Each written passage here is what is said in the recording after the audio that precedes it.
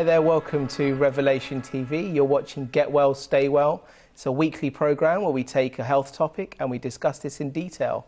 Once again, delighted to be joined by Felicity. How are you? I'm fine, thank you, Si. We've got a lovely programme today.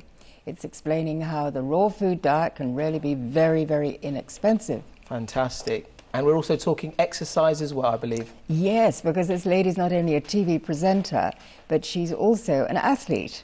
So, and she's a senior athlete, which is interesting for those of us who are over 21.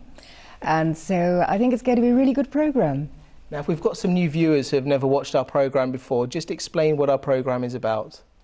Well, I have overcome pancreatic cancer, which was 11 years ago, and I've been trained around the world, in America and New Zealand, South Africa, and I found really the answer to health lies in going back to God's Word in Genesis 1:29 and 30, where God explains to us that we should be living on the fruits, the seeds, the nuts, the vegetables and the green plant. And lo and behold, I have discovered the hard way that God is absolutely right. And we remember in the Bible that the first sin was about food, and the very last book of the Bible explains how the leaves of the trees are for the healing of the nations. And there's a huge movement now back towards vegan food. You sort of start off vegetarian and then you become more and more vegan, more pure. You start to leave out the animal foods. And lo and behold, the body heals and people get tremendous energy. And it really is the way to live. It's really exciting. Just reiterate to our viewers, if you can, the importance, how we can, it's more also about prevention, so we don't have to wait until we actually have a disease, but we can prevent one from coming, can't we? Well, that's the beauty of it, yes, because I lost an 18-year-old daughter to cancer, so of course prevention is very high on my list of priorities. And I know that if we had been living the raw food way, we'd also avoided the pollution in the water, because we had a well where a lot of agricultural chemicals and fertilizers have been poured onto the ground. And of course, with the rainwater, they eventually permeate down into a well. So a lot of people are drinking from wells that are contaminated. And also the public water supply is suspect because of chlorine and fluoride and lots of other chemicals. You know, it's interesting that even 50 years ago, there were not the chemicals that there are now in the world. This has all been produced by the food manufacturers, the drug companies. We have 834, I think was the last count when I looked and Googled it last night. There are 834 new contaminants in the last 50 years. So when we have babies who are born with defects now, you know, we wonder why this has happened. And it's what their parents have actually drunk and eaten during the time that you know, the child was forming in the womb. So it's really, really important that people should be educated about this and learn how to look after themselves. And how can we protect ourselves and make sure that we are drinking the right water? Well, we have to test the water. We have to make, literally test the water. That's a good old phrase, isn't it? Well, literally, we have to do that. And whether you're on public supply or private well supply, you can have the water tested and, you know, get an independent source to do that for you and really see what's in it. I find that the distilled water is extremely good for people to detox, and I detoxed. I'm still on the distilled water, but occasionally I have spring water as well. And then we start talking about the pH balance in the body, because, you know, we're very interested in the pH of our swimming pools maybe, but not about the pH of our bodies, which is so much more important.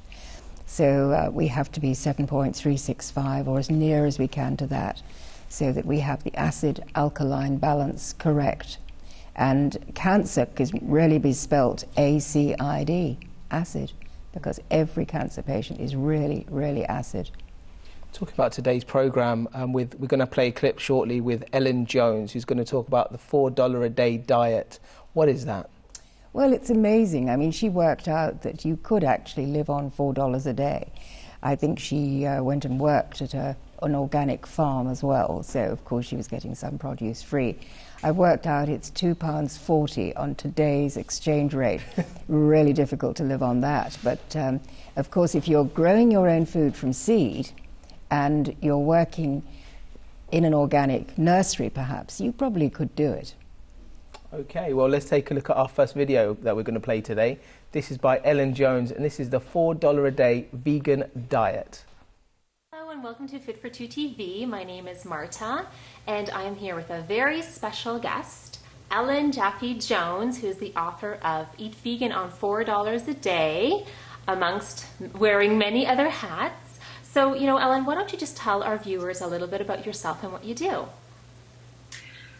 Thanks for having me, Marta. I really appreciate this. I was a TV investigative reporter for 18 years in Des Moines, Miami, and St. Louis, which the last market was my hometown. I became focused on the real truth about food when I almost died of a colon blockage when I was 28 years old, and it was the same year that my sister got breast cancer for the second time. My mom, aunt, and both sisters would go on to have breast cancer. My aunt died of it in her home when I was 5 years old. So all my life, I've really been focused on, how do I avoid this mess? Our family had many other diseases going on. Most of them had major heart disease as well as diabetes and a lot of Alzheimer's too, with some of the older family members. And we would joke at hospitals like this was the scene of our family reunion because we were there so much. Or we would also joke about which wing of the hospital was this particular individual paying for based on the extensive stay in the hospital. So that was the kind of humor I grew up with, and I thought, my life really needs to be an experiment to beat the odds. As the youngest of three daughters, I had lots of opportunity to see what worked and what didn't work. In my work as a television reporter, I came across in St. Louis some animal rights groups and plugged into them, and that's really where I first met some of the leaders today who are in the vegan world, like Dr. Neil Barnard. And after I got out of television, I started doing media training, contacted Dr. Barnard and asked if his staff needed media training. He certainly didn't because he's born eloquent and is a wonderful speaker, as well as now a very prolific author.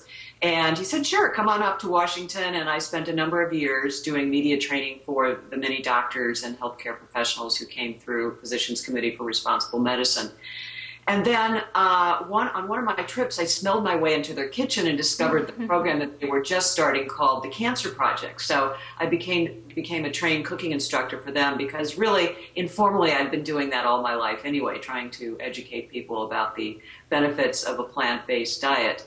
And after I left television and then between that and doing media training, I was a financial consultant at Smith Barney for 5 years, the good kind, where I focused on socially responsible investing, which meant for my clients avoiding tobacco, alcohol, firearms if they wanted to, and then the extra stream of avoiding companies that tested on animals. And that was really huge for a lot of people because, most people don't think about what the top 10 holdings are or the top 100 holdings are in their mutual fund, and they come to find out they're the very companies that they're protesting. So that was a really interesting part of this for me. And that's where I also got the idea on how to do my book, because I found that some companies didn't really care about supporting the environment.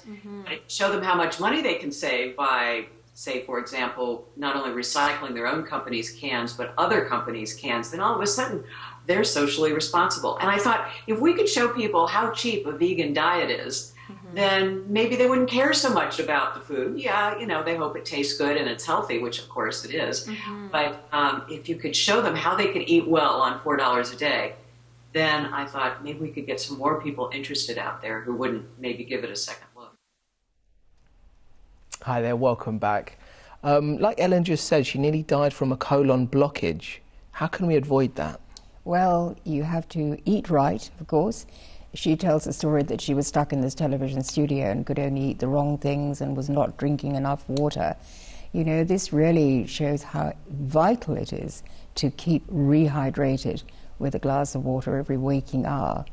And it was interesting that she trained with Neil Barnard, who is one of the guys who lectures on my courses, my Get Well, Stay Well weeks, because he is such a brilliant doctor on nutrition. So yeah, she nearly died of a colon blockage. And of course, she'd been eating the processed meats and the cheeses, and really her colon just got completely backed up. And you can die of that, of course. So what we teach people to do is to keep very clean with the colon, to do the washouts, the colonics or the enemas, and it's all part of the detox that we have to do. But hopefully most of our viewers are not that blocked up, and they haven't been shut in with the rain and the snow and unable to get decent food to their house. Yeah. You mentioned the importance of water. What's the ideal amount of water that we should be drinking in a day? I just say keep it really simple. A glass of water every waking hour. And then you tail off towards the evening, because you don't want to be getting up all night and going to the bathroom. So the great thing is to start the morning with, Philip and I both drink about 1 litre of water as we are getting up. And we also do the oil pulling, which we can talk about later. Now, she mentioned on the clip how companies didn't want to support, didn't really care about supporting the environment. Then they found out if they save money, all of a sudden they were very interested. Well, that's right. And really things will change when people demand a difference. And, they say cancer is curable when people demand the change in the way that we regard cancer. And you see, she's completely overcome the problem by getting herself really fit. And she had the wake-up call, and she took notice of it. So she's on her juices, she's on her fresh fruit and vegetables, and she's in her 60s, in her late 60s. She's running marathon races. Amazing. Fantastic. Well, let's take a look at our next clip. This is a continuation by Ellen, so let's take a look. What do you eat on $4 a day as a vegan or vegetarian? What does that look like? Piece of carrot cake. And I just want to show you, speaking of what it looks like, behind me, if you can see, those are all the bibs, my bib numbers from races that I've done. Mm-hmm. And I have placed in 28 5 or 10K races since 2008. And what's happening is that the older I get, it's sort of like the survival of the fittest. And, a lot of people drop out of races or competing because they're afflicted by arthritis. Mm-hmm. And for a lot of plant-based eaters, this just doesn't happen. I have no arthritis. And believe me, I've taken my share of falls at races for various reasons. And when I've had my knees or other joints examined, the doctors are going, wow, no arthritis, and you're going to be 60 in less than a month. So, yeah, it's pretty amazing. So what does a diet look like? It's just a lot of beans and grains. That's the simple answer. And some whole grains and dark green leafy vegetables. To eat well on $4 a day, you aren't eating added supplements. You are eating foods in their natural states, buying in bulk, buying at a local farm, sometimes volunteering there so you get the produce for cheap and in some cases free. People always ask, can you get organics on $4 a day? And I go, yeah. If you go, there are 3 pages of resources in the back of my book, and one of them is a website called www.localharvest.org, and you can go on that site and find any local farm just by entering your zip code. Some of these farms are CSAs, Community Supported Agriculture, where you actually buy a share every week, every 2 weeks, however often you want to do it. And again, if you volunteer there, you can get greatly reduced prices on the food that you get. And often it's organic. They may not be certified organic because that's more expensive and that's a whole political mess. But if you spend time there, you see where they're getting their seeds, they're not genetically altered, and they use acceptable organic practices. So those are just some of the tips that I have to how to do this really cheaply. Excellent. And you're actually sending us a copy of your book. So we're very excited to look at it and try some of your recipes. And when we do, we will share those with our viewers and let you know how they turn out and what we think. Awesome. So you are, is it vegetarian or vegan, Ellen? Vegan. You're vegan. Okay. Just curious if you can tell us about that, when you made the switch, and how that happened. Well, when I did this 32 years ago, it was not particularly easy, not nearly as easy as it is now, because there are so many great cheese alternatives, and that's the one weakness that I had and many people do, Yes. because there's something in it called casomorphin, as in morphine, as in drug, because what is in cow's milk, and it kind of parallels what's in human milk too. Nature, in her infinite wisdom, wanted to make sure that baby animals kept drinking their mama's milk. And so this enzyme makes mother's milk very addictive until mama says, okay, time for you to go on your own and grow into a big adult. And in cow's milk in particular, there are enzymes that make baby cows grow into big cows very quickly. And that there's some research now that suggests that this is one of the reasons that estrogen receptive breast cancer may be linked to this, that little tumors that may not mean anything then grow into big tumors fairly quickly. And interestingly enough, all the cancer that was in my family, the breast cancer, was estrogen receptive. Wow. So, you can focus on lots of different ways to incorporate healthy and a variety of vegetables and fruits and whole grains into your diet. Hi there, welcome back. How easy is it to become a vegan? Well, I think it's a journey. It depends what culture you come from and what you've been brought up eating and drinking, basically. But on the good old British diet, or the standard American diet, which they call the SAD, the sad diet, because people get so sick on the standard American diet. We've brought up with this culture of the meat and the dairy, and thinking that the only way to get protein is with animal protein. And so really it's a matter of education to realize what those things are actually doing, the inflammation they're causing in our body. For instance, she talks about the arthritis that so many people suffer from. And of course that's an inflammation of the joint, of the synovial fluid, the synovial membrane inside the joint, which is another reason why we need to drink a lot of water, because the body needs water to make all these fluids, like the amniotic fluid when we're making a baby inside, or the synovial fluid in the joints. So we must keep drinking the water, and we have to really understand what the acids in the milk, and people will say, wow, acid is not, we're not getting acid from milk, but we are in fact, because the milk inside us turns into an acid. So the meat and dairy foods that we're so used to actually turn acidic in the body. And what we have to do is alkalize the body, and then we get rid of the inflammation. Because anything with an itis, like arthritis, rhinitis, appendicitis, means inflammation of the body. And so when we alkalize, we actually get rid of the inflammation. Give an idea to our viewers on your ideal diet, your average diet that you have every day. Okay, well, in the morning I have my water with just a little squeeze of lemon in it, fresh lemon, which actually turns to an alkaline in the body. All this is very confusing, isn't it? Because people think lemon's, acid. Yeah. But anyway, this is what happens chemically in the body. And we have to understand that even a slice of lemon on top of the water, will give it a slightly alkaline content. Then I will have my water with sodium bicarbonate stirred in, which is a great alkalizer. And then I'll go on to the juices. So I have green juice and rainbow juices as well. But the green juice is the most alkalizing. Eating healthy, or should we say changing your diet, it can be interesting. It's not boring, is it, food? Oh, it's fascinating. And the more you learn about it, the keener you get, because you see people getting well from diabetes, from arthritis, from cancer, from digestive disease, even respiratory disease. And people don't realize that even their lungs are affected by the toxins that are in the digestive system. And it's inexpensive as well. It's very inexpensive, yes. I mean, if you think about buying a joint of meat or some fish, that's really expensive. And you go to buy some onions and some carrots, and that's much cheaper.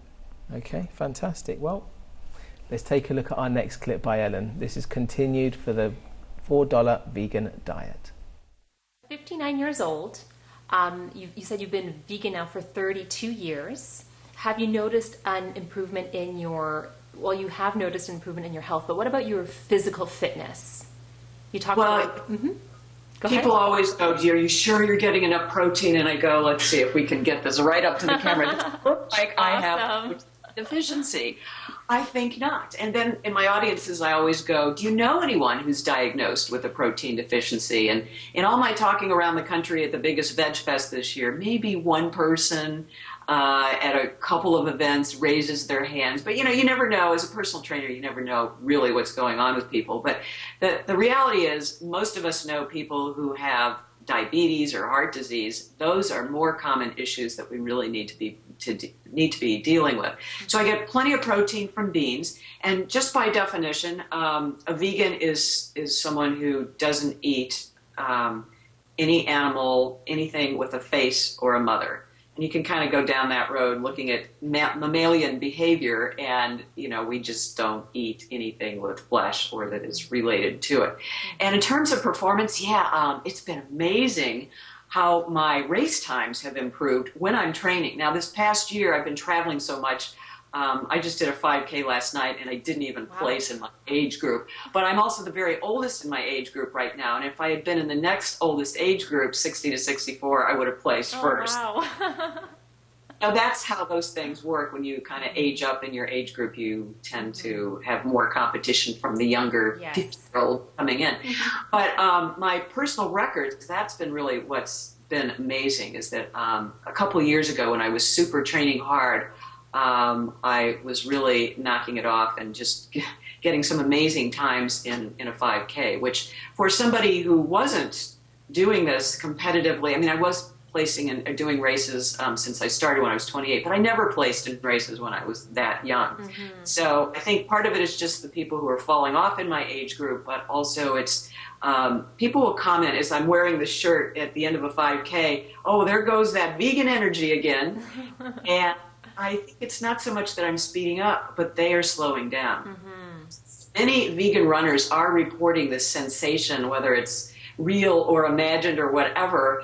I'm hoping that people will start studying people like me to show that there is increased endurance, especially as you're getting to the end of runs. And one of the other cool things is I did my first marathon in 2010. That's right.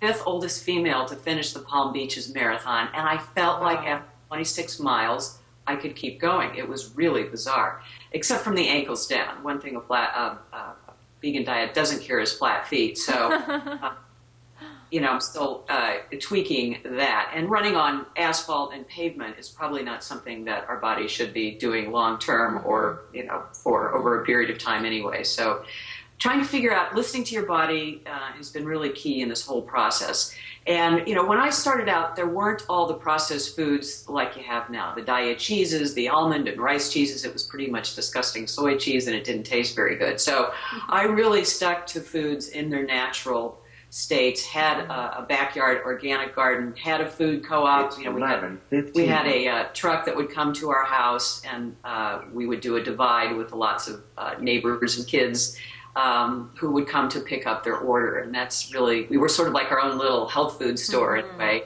And it was great fun. Very cool. Do you have any fitness goals for this year or next year that you'd like to share with us? My goal, if it happens, I don't know if it's going to happen, just because I placed in our local senior games. I got 3 gold medals this year, 2 the year before. Congratulations. And thank you. My 100-meter times are only 6 seconds slower than NCAA girls track team. Wow. And I know this because my daughter was on the track team at USC last year. And I think I still have yes, here it is. This is the media guide right here. And so I started looking through this thing, and I'm going, holy guacamole, the personal records of the kids on the team for the 100 meters are only 6 seconds faster than mine. So that's what I got one of the gold medals for in the local games, is for the 100 meters. Now, the regional games are in about a month's time, and I've been doing so much traveling. This is like the first weekend I've been home in a month. And so I hope to travel about 100 miles to compete in that game. And if I qualify there, then I go on to the national games in Cleveland this coming season. So, It's amazing. you know, I'm also going to be the youngest in my age group because by then I will have aged up into the 60 to 64-year-old age group. But even if I don't, these are still good 100-meter times. It's been recorded. And I'm sure waiting for doctors to come knock on my door to study me, because you would think that people would want to go like, wow, what has she been doing the last 32 years that is working? But as I say in the book, there's no money in broccoli. There's no broccoli board, there's no broccoli association or broccoli lobby, so I am not holding my breath that any researchers are going to be coming to look at me anytime soon. Hi there, welcome back. Felicity, talk to me about the importance of exercise. Well, exercise is vital because we have to keep our muscles and our body firm and fit, and also we have to oxygenate all the cells in the body, because, you know, we have these trillions of cells and they all need water and they all need oxygen. Most people don't realize that. They think you just breathe the oxygen into your lungs and that's it. But then the blood circulation takes it all the way around the body, the blood gases, and we need to be oxygenated. So our blood is nice and red and full of goodness, and also able to transport the nutrients around the body. So it's really important to take the exercise. And if people are not very well, then they can start by just bouncing a little bit in their room and, you know, just running, watching TV, get a cross trainer and just do your however many miles you want to do. You can do it in your living room. As long as you have the windows open, you're breathing some fresh air. Because I was going to ask you, maybe some of our viewers aren't used to exercising, or they've never exercised in 20 years, shall we say. Where would be a good starting point for them? Start right in front of the TV. Yeah. Just get up and start walking, you know, just walking on the spot. Yeah. And then you can... I had a cross trainer because I knew that I had to oxygenate my body to get well from cancer. And so I just got a cheap thing that you could put together. You know, it came in a box in a flat pack, and put it together. And my husband did that for me. And then I used to watch television, and I was working on my cross trainer. So I would do a couple of hours of exercise a day without actually having to go out.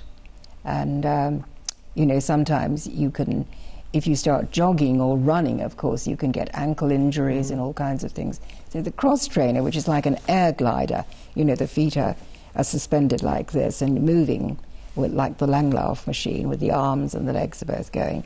So you're getting a great workout, you're getting oxygenated, but you're not damaging the ankles and the knees. And I think it's important to remind our viewers it's something that's progressive as well, isn't it? It's for them to start slowly and then build their self up. That's right. And the flexibility exercises are important as well. You know how we see the cats stretch when they get up? They stretch the back and they stretch the front and they stretch their necks up. And I mean, really, we should be doing these exercises as well. And what are your thoughts on the rebounder? Oh, the rebounder is an absolute lifesaver. And a friend of mine in Jersey has actually got it at the moment. She's getting well from cancer. And so she's been able to use it because she's been very, very ill. She's been through a terrible time. And really, it has helped her to keep her oxygenation going. Explain to our viewers about how does a rebounder work? Well, it's like a little mini trampoline, actually. And it's just a few inches off the ground. Again, it comes in a flat pack. You can get them from Holistic Research, is the company that look after me. And so you put it together and then just gently bounce. Of course, the children, the grandchildren love that. Bouncing high into the air, you know, and doing all kinds of gymnastics. But I'm not suggesting that for people who are getting well and staying well. We want to just gently start with that. But do get some exercise, get the circulation moving, get the lymph moving, and you'll feel so much better. You know how good you feel after a workout, don't you? Yeah, I have to say myself, I've recently joined the gym myself, and I do feel great. I do feel great for it, because once you start to exercise and you're eating right, you do feel great, and you don't have those temptations as well, do you? So what machines are you working on, Si? I do the running machine, I do the bicycle, I do the cross trainer as well. I do the step machine, a little bit of everything to kind of vary it and not get bored. But it's great. When I finish, I feel fresh. And I find, because I have to admit, previously I just don't have the time for the gym, I don't have time to exercise. But you make the time, Felicity. I'm waking up earlier in the morning before I start my day, before I take my daughter to school. I wake up early, and if I can't go to the gym, then I'll go for a run outside. And you just feel, it's just a brilliant way to start your day, because you just feel fresh. And do you think you have more energy now? It's honestly, it's incredible how much energy you have by also eating the right foods. And it's made a difference by not eating after a specific time as well. Yes, that 8 o'clock at night, it's really important, this daylight diet that we talk about. So you eat between noon and 8, which is a good time to assimilate and to ingest the food into the body. Then the next 8 hours, the food is really being worked on by the body, being digested. And then the last 8 hours is elimination, which really goes on until noon. So we don't want to have a big breakfast. We want to put in lots of lovely liquids and, get going with that sodium bicarbonate to alkalize, and then get into the juices. And really, that's all I've had this morning. Just talk to some of our viewers might be new and they've never seen our program before. Just explain to our viewers about the juices. Well, the juice, the reason that we juice is simply that you couldn't eat, say, 50 carrots a day. You literally couldn't physically get through that. But you can get the essence and the goodness of 50 carrots in just 2 glasses of juice.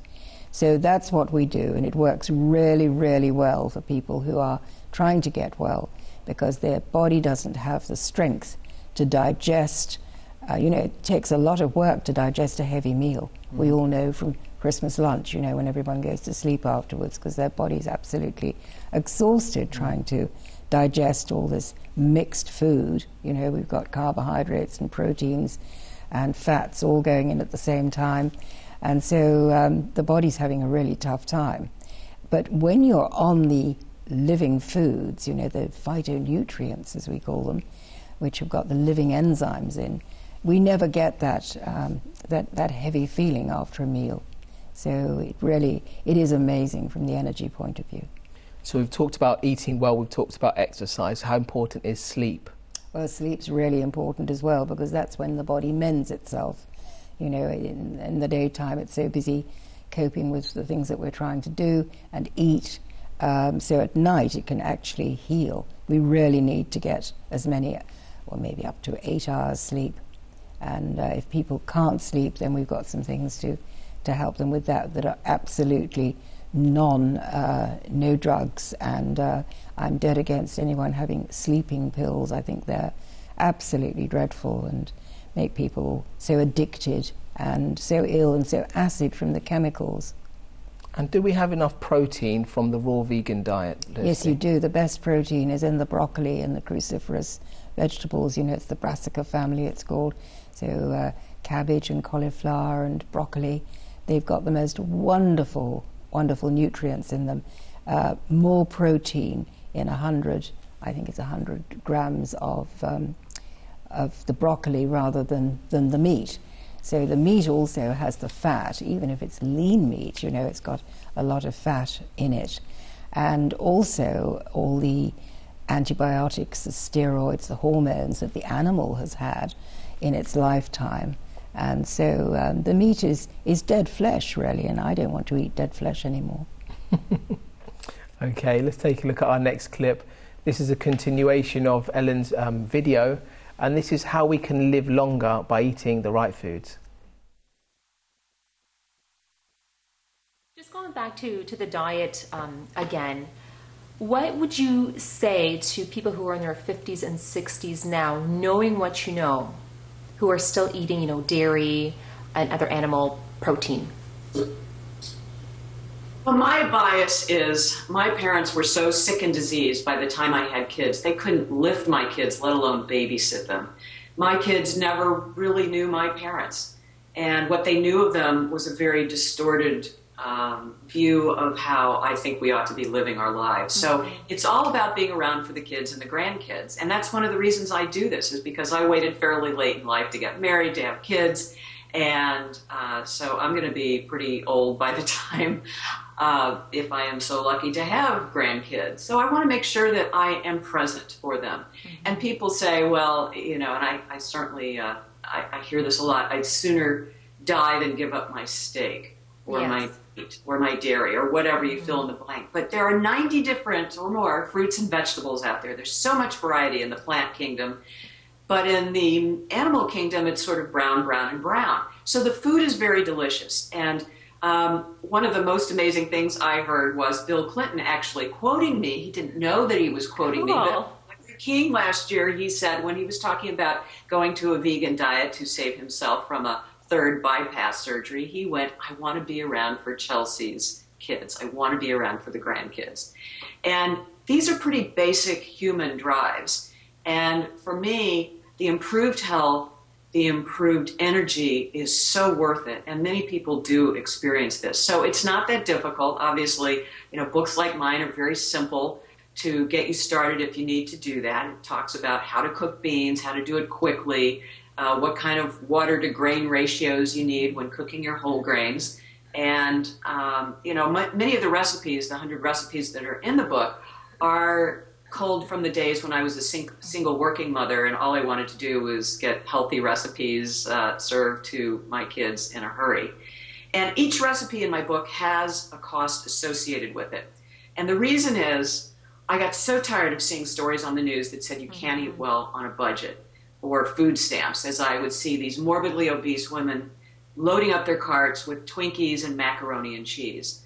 And as a television investigative reporter, I was going like, where is the other side to this story? I've been eating this way for 32 years, or the better part of it, and this really needs to get out there. And, some people say, really, can you eat on $4 a day? And I have a whole bunch of tips in the book on how to do that. And the trick is buying in bulk, getting those hermetically sealed jars so that the bugs can't get in. And where I live in Florida here, I haven't had a single bug in almost 10 years in using those kinds of storage containers. So it really is quite easy to do this. People go, oh, do I have to cook? Do I have to find my way back into the kitchen? And I go, especially if they say I don't have time to do that, I say, you don't have time for cancer. You don't have time for heart disease and diabetes, which totally change your life and suck up your time and take you down a path you can't even imagine that is so painful and uncomfortable, not to mention you lose relationships with. Hi there, welcome back. It's something that we can dramatically change our lives. We don't have to wait until we're sick to change our diet, and it is so easy. Absolutely. It's wonderful for everyone not to have to cook anymore. I mean, when you think not having to cook. When I was a young bride, I had the cookery books given to me, and I was supposed to do all these dinner parties and things for my husband's business, and I did. And they were very rich meals. I'd done a cordon bleu course, so it was all cream and eggs and, it tasted so rich. But that was the thing, and that was how people entertained. Because we were British, we entertained in our home, and people used to come and get to know us, and then they wanted to do business with my husband, who they loved and trusted, as I did. And so that was the kind of food that we were eating. And certainly lots of protein, lots of milk, meat and dairy, the cheese, of course, because cheeses are delicious, and there are vegetarian options, of course, that you can have different kinds of vegan cheese, vegetarian cheese. And it's interesting, really. Most people start off by just cutting out the meat, and they become lacto-vegetarians. That means they get really heavy on the dairy because they go right into cheese. We all do it this way. Lots of cheese, lots of cream, and they wonder why they're not losing weight. Because, of course, the milk and the dairy is really making mucoid plaque in the body. That's an interesting term, mucoid plaque.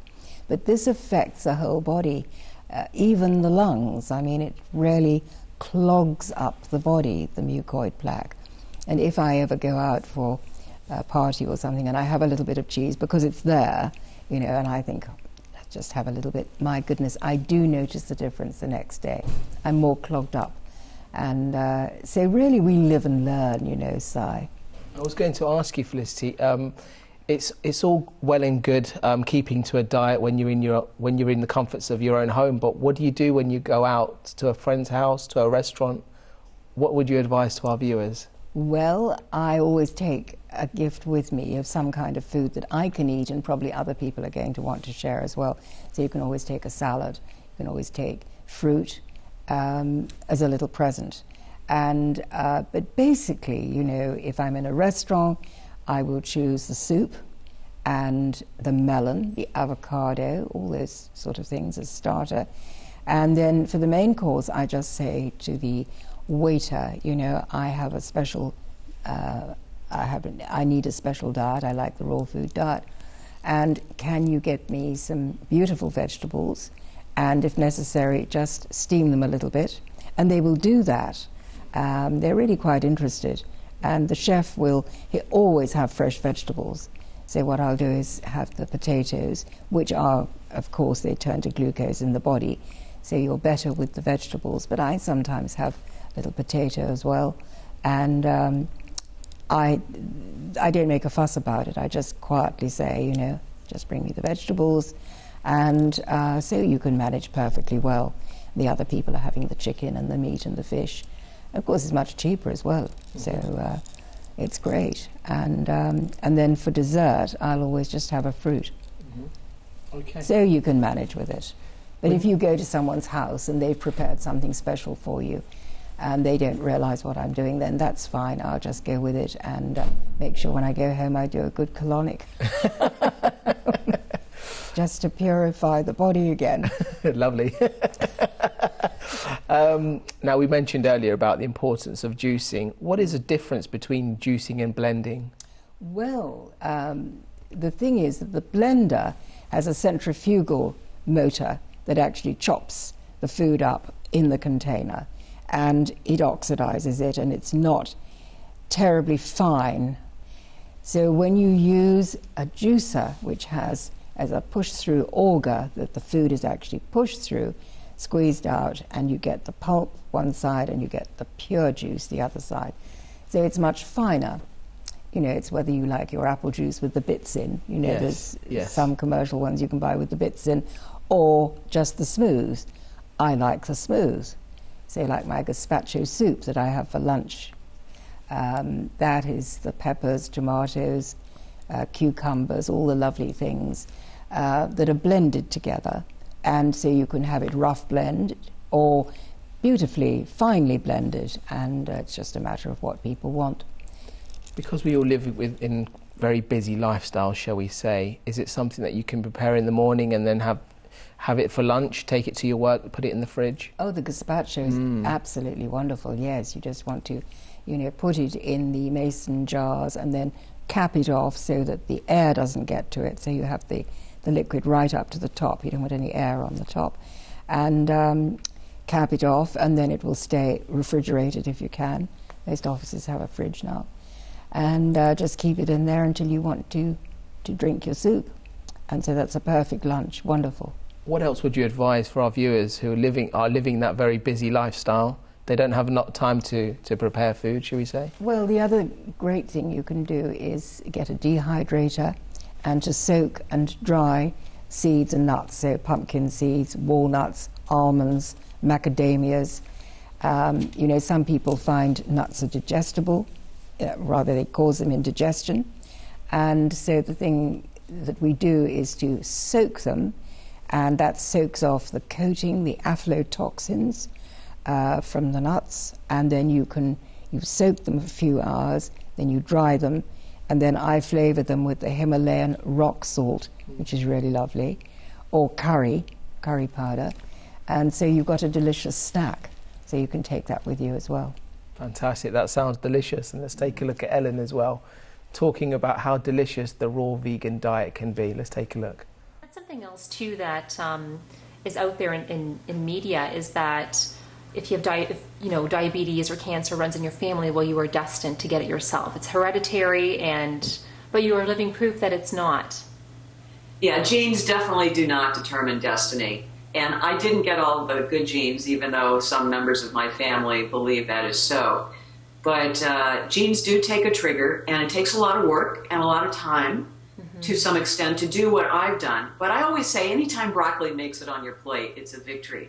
And sometimes people will be surprised at how easy this is. When I taught cooking classes for the Cancer Project, a lot of times I would see people who, as I would describe them, as desperate on their deathbeds. And for some people, that was too late. For some people, it really helped. There was a woman who came to my cooking class who lost 120 pounds in 8 months, never counting a calorie, loving the food. And she had also been diagnosed with multiple myeloma, one of the more fatal forms of bone cancer. And she had been pretty much given up for dead when she came to my class. 8 years later, she is still alive, doing great, and I hear from her on Facebook from time to time. She says, Ellen, I'm still a raving vegan. So why aren't more doctors suggesting this? I almost had to have a hysterectomy until a doctor said to me, Ellen, go back to that plant-based diet and call me in the morning. Why aren't more doctors saying that? Because often they don't get a single nutrition class in medical school. And you're right, we are, as a culture, conditioned to take the magic bullet, the pill, the surgery. And what's really interesting is this most recent case we've been seeing with the fungal meningitis that is a result of back injections that people were given for steroid treatment for back pain. You know, what is that all about? The real issue there is trying to avoid even having to take drugs like that and be healthy and have a lifestyle that allows you to enjoy your life and certainly, hopefully, won't cut it short. Could you tell us a little bit more about your near-death experience? With the colon blockage, I had been working as a television reporter in St. Louis, and we had this horrific snowstorm where we were pretty much trapped in the station for about 3 days, where we couldn't go home, or it was just too difficult to go home and try and come back the next morning for work. So the station, in their infinite wisdom and kindness, brought in all these processed, highly salted meats and cheeses, and I just loaded up on that stuff. There were, no vegetables to speak of, and didn't drink enough water.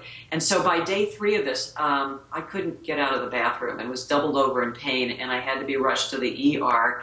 And the doctors there said they'd never seen a colon blockage in somebody that was that young and one that was so large, and I would need to be on medication, basically stool softeners for the rest of my life. And I go, I am way too young at the age of 28 to be on medicine the rest of my life. So I ran to the health food store and read all 5 books on fiber because that's all there was at the time. And that's really when I changed my life. And I'm still in contact because of Facebook with some of the people who remember that experience, who worked at the station with me. And, they're really amazed that I'm still here and doing as well as I have, because I was a pretty sick cookie back in those days. Hi there, welcome back. Just reiterating there about how the importance of water. Absolutely vital, and especially if you're doing sport as you are now, I'm sure you find that your thirst instinct has probably come back much more, because a lot of people, when they're sitting in an office, they just don't bother to drink and they don't feel thirsty. And it's doctors say that after you're about 50 to 60, you lose that thirst instinct, and you don't want to drink. Little children will always come up and say, I want a drink of water. And especially last thing at night when they want you to go back and see them again, want a drink of water. But it's sad that we really are dehydrated, and I know I was, because I was playing a lot of competitive sport. I was also working very hard, and really I didn't want the bother of having to keep using the bathroom. So I would deliberately not drink anything when I went out in the morning, and what a terrible consequence I had of that, because our body will always react to what we've done, and if we've got dehydrated and acid, that is the basis of all disease. Just talk to me about why, in your opinion, do you think that doctors aren't advising us to eat the raw vegan diet? Well, so many of my young friends go in to be doctors because they're passionate to cure the world. And the thing is that the way that medicine has developed the last 100 years is all about drugs. It's all about studying diseases and then what chemicals will supposedly help that disease, when in fact it's only the immune system that really heals a disease so that it stays well That's why I call the courses Get Well and Stay Well, because you can put a Band-Aid over something, you can have a quick antibiotic which will take away a problem, but it will only come back again, as we know, if we don't change the lifestyle. So the doctors have not been trained in nutrition. I mean, I'm so blessed that I had the most wonderful training in nutrition from lots of, all the top doctors really, and I'm going to America to be with them in a conference, 400 of us, which is going to be absolutely wonderful with all the latest ideas. But you see, when we come back to eating God's diet, the fruit, the vegetables, the seeds, nuts, and the green plant, we do get well and stay well. And drugs will never cure disease. Drugs will alleviate it, but then it only comes back in a worse form, because we start off by being a little enervated, a little tired, then a little irritated, a little inflamed. The body goes through all these changes, ulceration, which eventually leads on to mutation, which is cancer, and that is literally what disease is. It usually starts in the colon. They say 99% of disease starts in the colon, and 99% of disease is preventable, and that's my passion, to teach people about this so that they can prevent getting ill in the first place. Now we talk about cancer is preventable, and why not teach our children from a young age to be eating healthy as well? Absolutely, that's the fun. This is a wonderful thing that I brought up my children probably on all the wrong food, and then with the grandchildren I've now learnt, and I'm now able to bring up the grandchildren on the way they should go. Excellent. Yeah. And how easy is it for us to grow our own food? Well, it's pretty easy, Si, and it's much, much less expensive, as we had a lovely program on growing our own food, growing our wheatgrass.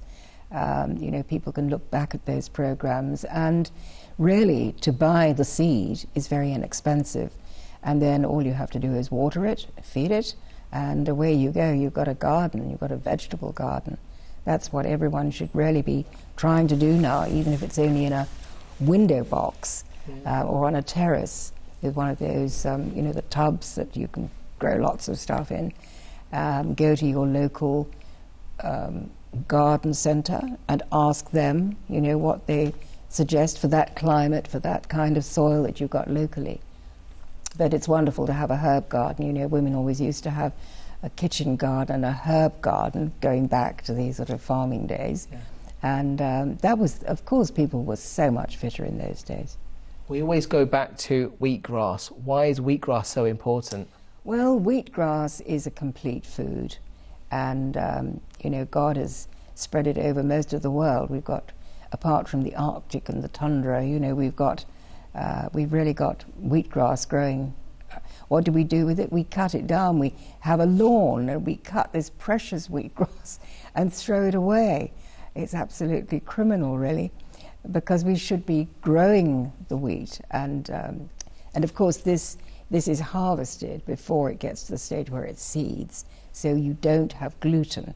Because when I first heard about wheatgrass, I said, I'll never be able to have that because I'm allergic to gluten. You think of the wheat.